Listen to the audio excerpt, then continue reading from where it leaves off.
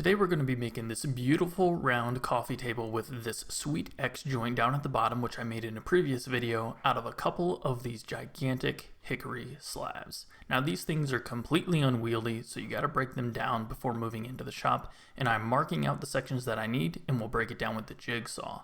Now why break down a beautiful slab that obviously cost a fair bit of money? Now you can see there's some cracks in there, and also to be able to run stuff over the machines that I have, it's just much easier to break it down and then reassemble into the shapes that I want. Knowing that this is going to be a round table, basically got to build up a big flat board and then cut the round circle out of those pieces. Once I got the big slabs broken down into something slightly more manageable out in the barn, I then rolled into the shop where a buddy of mine was sanding down a Christmas present for his parents, and I marked out exactly what we needed to cut out, and then I went over to the bandsaw to break down those pieces into, yet again, more manageable sections.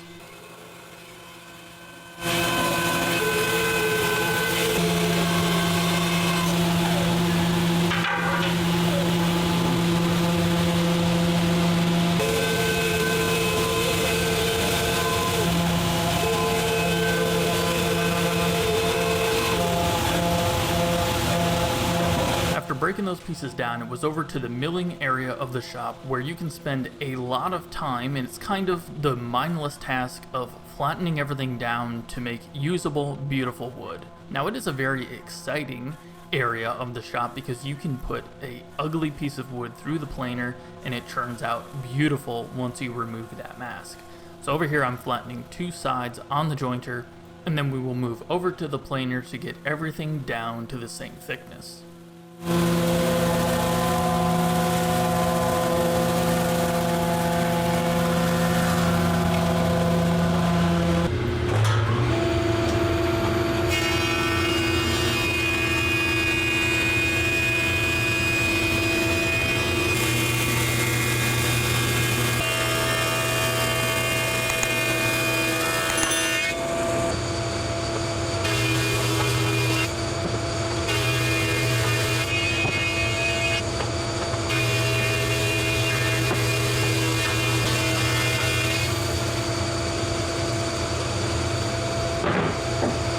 Once everything is flattened, we need to square up that last side, and we're going to do that over at the table saw. Now because this is such thick hickory, I'm going to remove my combination blade and go to just a ripping blade. This has less teeth and bigger gullies to remove the bigger strands of wood. Since you're going with the grain, you have more kind of strips of wood, shavings of wood versus dust.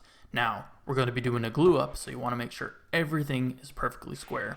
And this Harvey table saw with the 4 horsepower, this thick hickory, which I think was about 1 3/8 or 1 5/8, means nothing to this table saw. It is a joy to have. I will have a 1-year review of this table saw coming out shortly.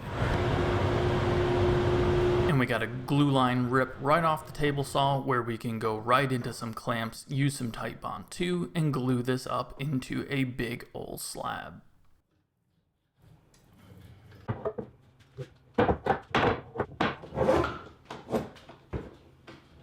Making sure everything is perfectly flush by hand, and then adding some clamps over each individual piece to make sure nothing moves. This is kind of like the poor man's clamping calls, I guess.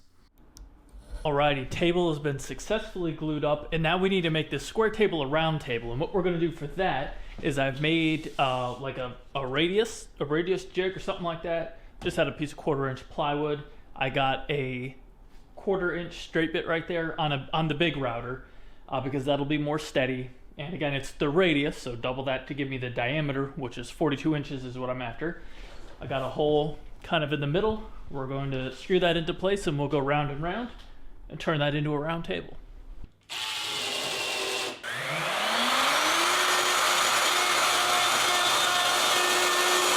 Once we got the first plunge done, it was just round and around we go. And I do gotta say, this makes a boondoggle of a mess, especially when we get to flushing everything up in a minute, but it is a task that has to be done.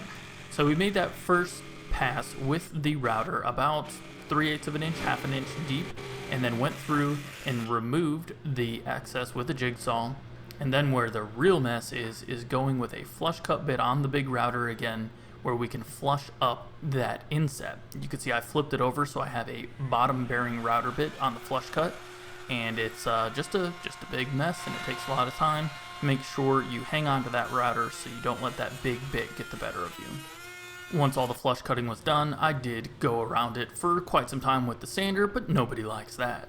Now we're going to move on to assembling the base, and the first thing is to cut the angle of the 3 legs. You need the same angle on the top and the bottom, and this is going to provide the angle so that the legs are inset at the top of the table a wee bit.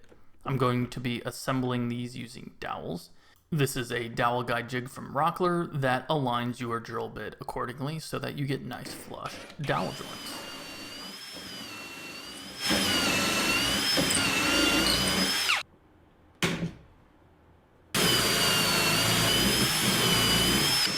Also, I don't mention anything about this X joint in this video right here, or triple joint, whatever you want to call it, because I made a video specifically about this and I will link to that down in the description below. Video hasn't performed exceptionally well, but I thought it was a pretty cool concept and saw something similar but not exact on YouTube in the past, so I figured I would make a video. The sharp-eyed of you might notice that there's a 10-degree angle, or whatever the angle of those legs is, that same angle is on the end of the X joint, which allows for that inset angle, and you'll really see that show up right here as I start to clamp everything up. Plenty of wood glue, add our dowels, set everything in place, and then try to get some sort of clamping mechanism around this. And what I'm going to do is actually be using a picture frame clamp, which is a strap clamp, and it worked pretty well. I had to use a couple of spring clamps to make sure the strap didn't slide up and add pressure asymmetrically. I really would have liked to have made this joint right here some sort of a recessed dado so that we got some of this side grain glue up, or at the very least double up my dowels, which I was thinking about doing. Thought it would be too difficult to get things aligned. In the end, I already had one of these kind of break loose because this is just an end grain to side grain glue up. Mind you, the dowel held things together, but it had a little bit too much wiggle in there. So what I'm going to do is drill a recessed hole. We're going to drive a big old 3.5-inch screw into here to make sure everything's nice and tight. We'll get some glue in there if there is a gap.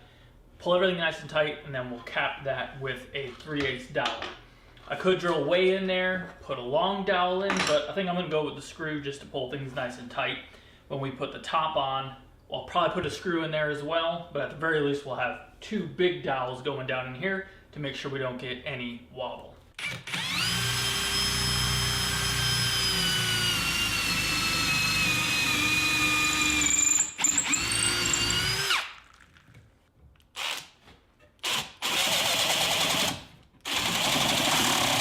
Adding this screw really tightened up that joint, was exactly what we needed, and honestly, the dowels and the plugs, I think it's kind of a nice accent look as well, so it's not something that you even notice.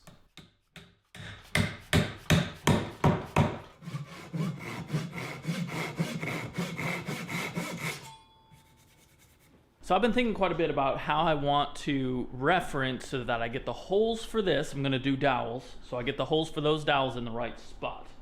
I'm going to drill pilot holes, I think, tiny ones, from the bottom, this is the bottom, through to the top, so that I know exactly where I want the dowel holes to be.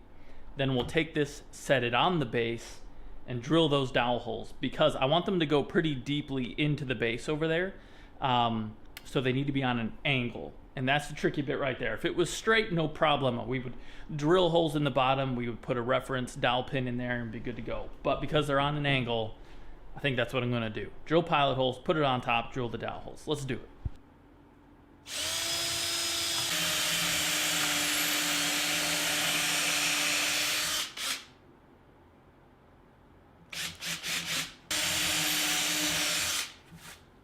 Drilling the pilot holes actually worked out extremely well. Then I flipped everything over, clamped it down on top of the base, and you can see I have my angle gauge over there, and I have that right next to my drill to help make sure I have the proper alignment to drill correctly into the angle of the leg. Because if we were to drill straight down, there's a good chance that we would actually pop the drill bit out of one side or the other of that leg.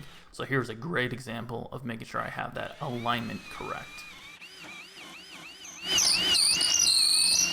And just like with the leg base, I am adding some wood glue in there, and one of the holes is going to be a dowel all the way down, and the other one is going to be a screw with a dowel plug over the top.